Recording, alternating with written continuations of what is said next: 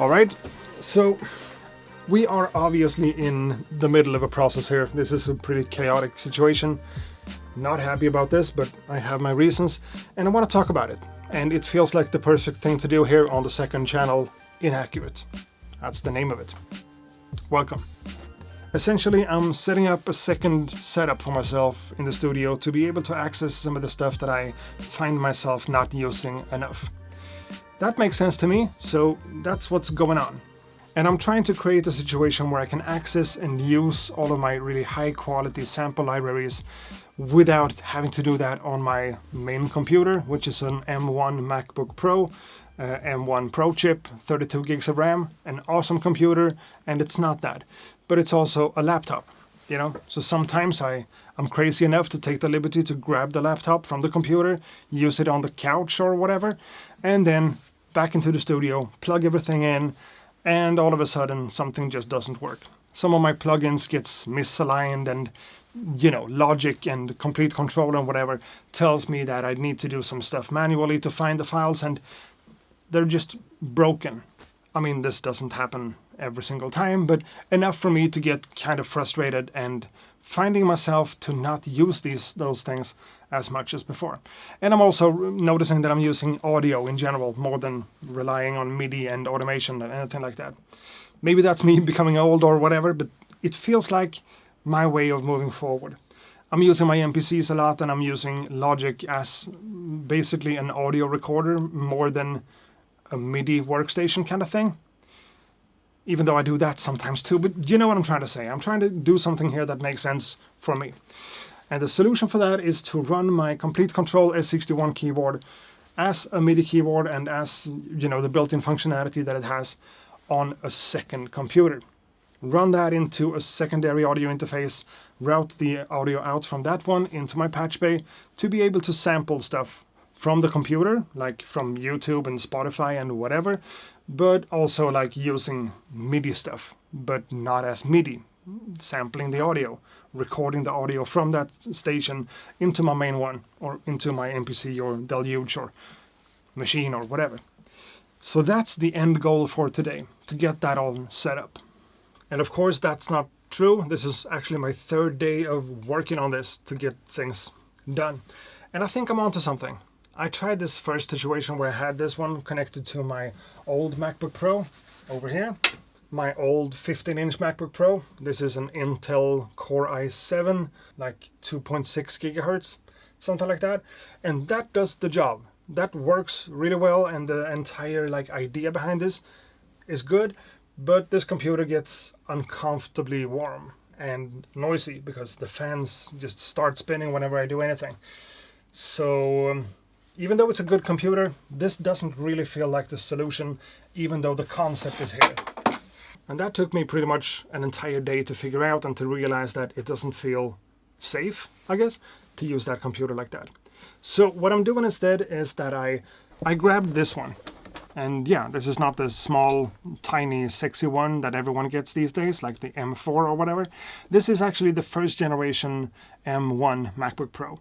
16 gigs of RAM, and it's a solid computer, I would say. It's not like the best one for video editing and everything, but for this type of use case, I think it makes a lot of sense. I do. Of course, I'm still gonna keep some of my favorite instruments on my actual main computer because I do use Logic and MIDI sometimes, definitely.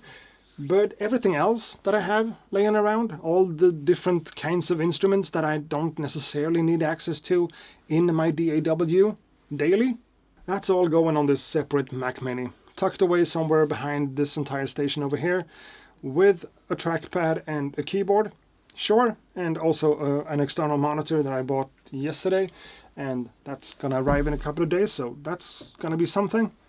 And, you know, what I'm trying to go for here is basically a secondary setup to just access some of my high quality software instruments without having to run that on the main computer. Again, it's kind of a hassle. And the way it's set up right now also works fantastically because the audio that comes from this one through the external audio interface can be routed into the effect pedals, for instance, and then go into the MPC. Then go into my Logic setup, my proper computer, anything like that. And it's a great way for me to get some usage out of my M1 Mac Mini. That one used to be this home server, and I don't really need a home server for anything. That's just one of those projects I got into, and let's forget about that. This is a better usage of it, by far. I've noticed that people sometimes have like weird opinions about new synthesizers that comes out, and people are just saying, yeah, it's a Raspberry Pi inside of it. It's basically just a computer running a plugin inside of a casing with knobs and whatever. And that's true to a certain extent, but using a synthesizer as an instrument is just a different experience than using a computer. So what I'm trying to do here is something in between, I guess. No matter how many synths or samplers or drum machines or whatever I use, I'm just not getting access to high quality piano sounds or like multi-sampled guitar instruments or whatever. We need a computer for that. You need something like Contact, or maybe like even bigger, worse, crazier things. This is my way of accessing that stuff as audio, more than something that runs on a computer that needs to be updated and whatever. This still needs to be updated and whatever. But you know what I'm saying? I think this makes sense, and I'm excited about it. So right now the Mac Mini is hooked up to my main monitor, and I'm installing stuff. This one has been working the entire night, and let's see.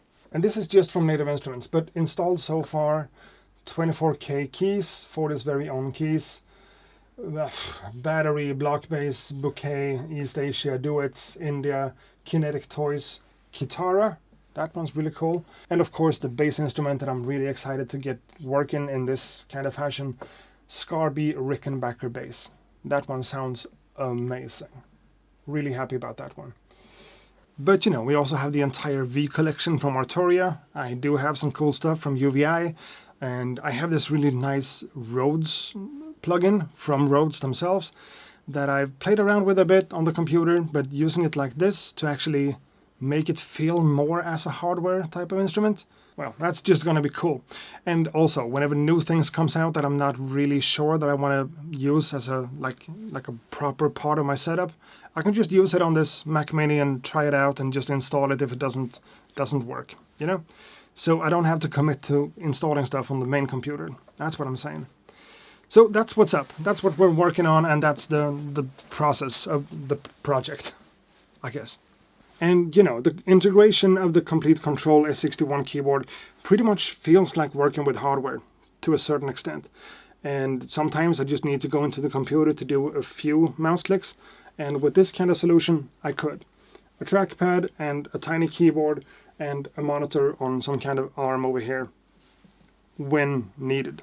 And I know, I'm not the first person in the world using a secondary computer in the studio, but to me this is just exciting, and it gives me a reason to set up this Mac Mini and fiddle around with computers, because that's also something I enjoy doing. And the use case here will be nice. I think it's going to be nice. And I guess you're noticing that I'm not talking about any type of MIDI integration at all. The keyboard itself has MIDI outs, and I could reroute the MIDI over USB to pretty much whatever, but I kind of don't want to lock myself into using this setup as a music making device. This is a sound generating device more than anything. But if you have any cool ideas, any suggestions or thoughts about how to incorporate this in a deeper kind of level, I'm open to it, and that could be done for sure. And the only thing that I'm kind of just losing here is the ability to use this keyboard as my master keyboard for the main Logic setup.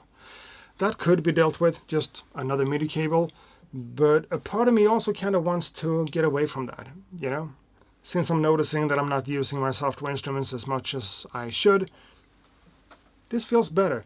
And I can just add one of those tiny M31 keyboards or an MPK or something and get MIDI that way. Or using one of my hardware synths as a MIDI controller. Anything's possible, But this feels like a new way to use some of the stuff that I've pretty much neglected for a bit. Now, if this would have been a proper video on my main Accurate Beats YouTube channel, I would have cut the video right here and gotten back to the camera whenever everything's all set up and working and I've I've tested it out for a few days to share my opinions and whatever.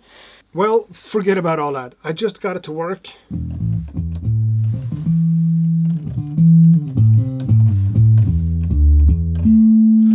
That's the Rickenbacker bass on the Mac Mini, going into the Arturia 16 rig, into the patch bay, and then into the Apollo X8, out through the speakers into the mic on the camera. So it is what it is, but it works.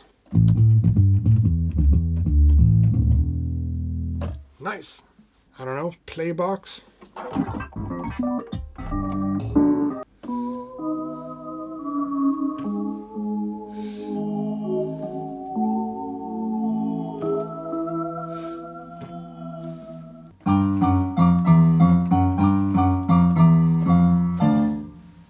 And that's not what we're doing. So this video is going to end right here, and I'm going to make another one when everything's all set up. And I'm happy with it or unhappy with it. Who knows? I think this is a cool project. I'm having a lot of fun and I see a lot of potential. If you have any thoughts, opinions, criticism, whatever, hit me up.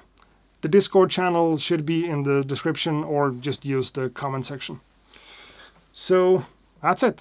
Ha det bara så himla fint.